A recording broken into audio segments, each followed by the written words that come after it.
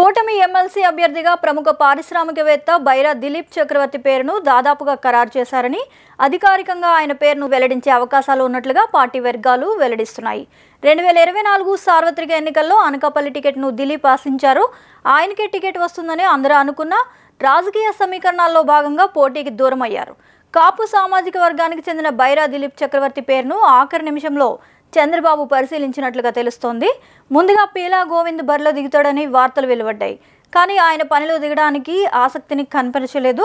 ఈ పరిస్థితుల్లో ప్రత్యామ్నాయంగా మరో అభ్యర్థిని ఎంపిక చేసుకోవాల్సిన బాధ్యత చంద్రబాబుపై పడింది.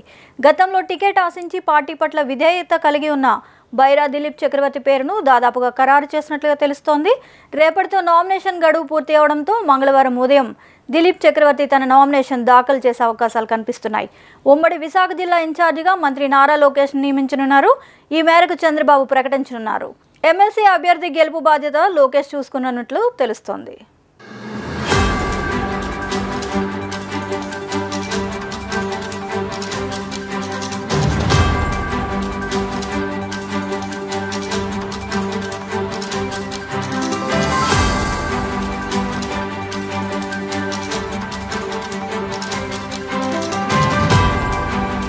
నిరంతర వార్తా శ్రవంతి కొరకు వీక్షిస్తూనే ఉండండి. మీ మా VST news. Please like, share and subscribe.